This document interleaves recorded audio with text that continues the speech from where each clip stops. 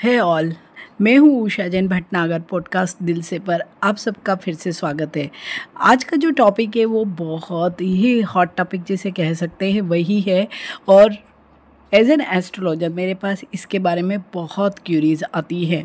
मेरे चैनल उषा एस्ट्रोवर्ट पर इसके रिगार्डिंग आपको बहुत सारे वीडियोस मिल जाएंगे, लेकिन फिर से अभी बहुत मेल एंड मैसेज आ रहे हैं अबाउट ट्विन फ्लेम के बारे में। ट्विन फ्लेम जैसे कि नाम से ही जाहिर है कि ट्विन मीन्स जुड़वा, फ्लेम मीन्स एक ऐसी लो जो बुझ गई है अब फिर से जलने वाली है। मीन्स ट्विन फ्लेम सोलमेट या कार्मिक कनेक्शन से लिटिल बिट डिफरेंट है, लेकिन है वही। मीन्स एक ऐसी सोल जिसका कभी भी मिलन नहीं हुआ है और वो इस पृथ्वी पर फिर से आई है अपने इस सेकेंड पार्ट को, जो आपके ट्विन फ्लेम का दूसरा हिस्सा है, उससे मिलने के लिए। लेकिन ट्विन फ्लेम की इस जर्नी में बिल्कुल भी ज़रूरी नहीं होता है कि जो भी आपका ट्विन फ्लेम होता है उससे आपकी मैरिज हो। कई बार तो आपको पता ही नहीं लगता है कि कौन आपका ट्विन फ्लेम है। मीन्स ये जर्नी बहुत टफ होती है। कई बार ये भी कहा जाता है कि अगर आप ट्विन फ्लेम की जर्नी में आ गए हैं तो एक तरह का श्राप होता है। मीन्स आप मानसिक रूप से या मेंटली इतना डिस्टर्ब हो जाते हैं क्योंकि आपकी जो ट्विन फ्लेम मीन्स आपकी सोल का जो आधा पार्ट है, आप उसको ढूंढते हैं, उसकी सर्च में ही आपका जीवन चला जाता है। तो आखिर क्या है ट्विन फ्लेम?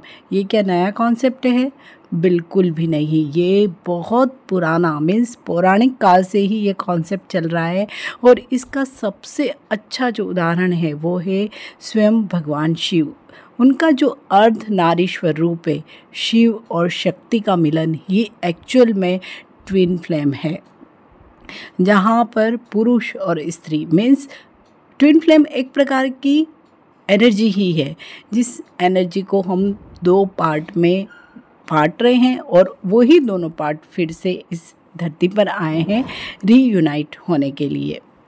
तो ये अभी ही कुछ समय से ही इसके बारे में क्यों बहुत ज़्यादा बातें की जा रही है कि ट्विन फ्लेम आए हैं।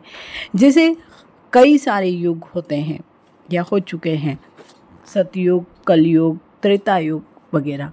अभी एट प्रेजेंट कलयुग चल रहा है।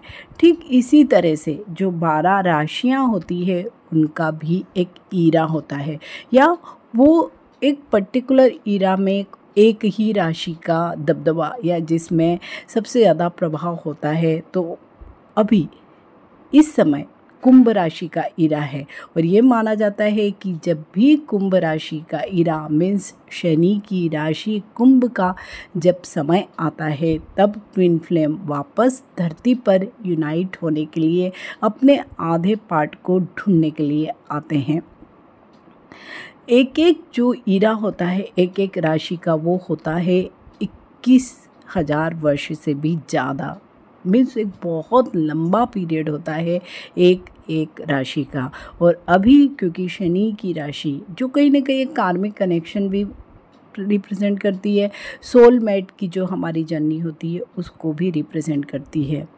तो ये जो एनर्जी होती है ट्विन फ्लेम की, जब वो दो भागों में बट के पृथ्वी पर आती है, तो ऐसे में जो दो भाग होते हैं उसमें बिल्कुल भी ज़रूरी नहीं होता है कि अगर कोई मैस्कुलाइन एनर्जी है तो उसके जो दो पार्ट होंगे वो दोनों ही मैस्कुलाइन एनर्जी में ही कन्वर्ट होंगे। वो हो सकता है एक मैस्कुलाइन हो एक फेमिनाइन हो, मीन्स एक मेल हो एक फीमेल हो। ठीक ऐसे ही दो, अगर एक मैस्कुलाइन एनर्जी है तो वो दो पार्ट में दो मैस्कुलाइन एनर्जी मीन्स दो मेल एनर्जी में भी कन्वर्ट हो सकती है। ठीक वाइस वर्सा, अगर फेमिनाइन एनर्जी है तो वो दो फेमिनाइन एनर्जी में भी कन्वर्ट हो सकती है। आप सब ने बहुत बार फील किया होगा, हम अचानक से ही हमारी लाइफ में किसी से बहुत ज़्यादा जुड़ाव महसूस करते हैं, जो हमारी लाइफ में बहुत सालों बाद आता है, अचानक आता है।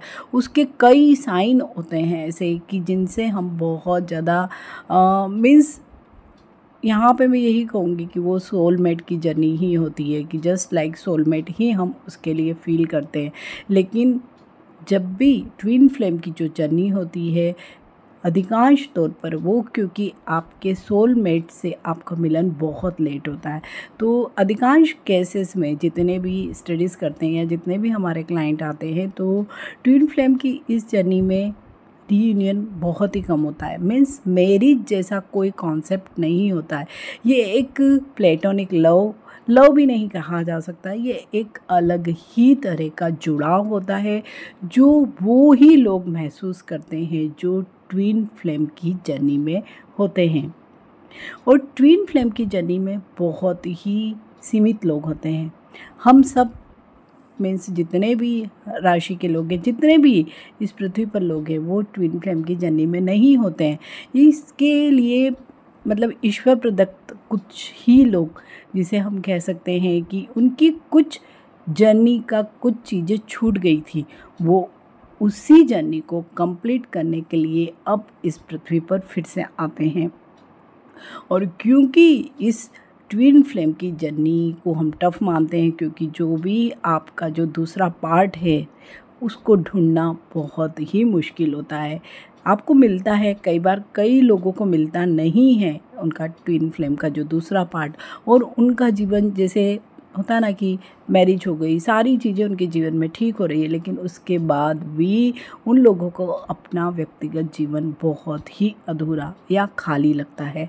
तो इसे ही हम ट्विन फ्लेम की जर्नी कहते हैं। और इसीलिए अगर आप ट्विन फ्लेम की जर्नी में हैं तो इसे श्राप माना जाता है या कर्स माना जाता है कि इससे आपको मानसिक रूप से, अगर आपका पार्टनर आपको नहीं मिला तो आप बहुत परेशान होने वाले हैं। तो ट्विन फ्लेम की जर्नी में आप भी हैं या नहीं, तो इसके कई सारे साइन होते हैं जो, अगर आपको ये पॉडकास्ट अच्छा लगता है तो मैं आगे के कुछ और पॉडकास्ट में आपको क्या क्या ट्विन फ्लेम के साइन हो सकते हैं शेयर करूँगी। तो ये एक बिल्कुल ही नया कॉन्सेप्ट शायद आप लोगों को लगे, जैसे कि हम लव है, सोलमेट है, कार्मिक कनेक्शन है, ये सारी चीज़ें तो देख सुन रहे ही हैं, लेकिन ट्विन फ्लेम आजकल इसके बारे में बहुत ज़्यादा बातचीत की जा रही है।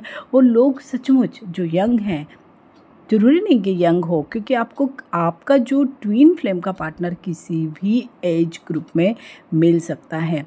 तो आप मेरे जो कुछ वीडियोस हैं उषा एस्ट्रोवर्ट पर भी देख सकते हैं कि क्या क्या साइन होते हैं। अगर यहाँ पर भी आपको ये पॉडकास्ट अच्छा लगता है और आप चाहते हैं कि मैं फिर से उन साइंस के बारे में बताऊं, तो मैं ज़रूर आप लोगों से शेयर करूँगी।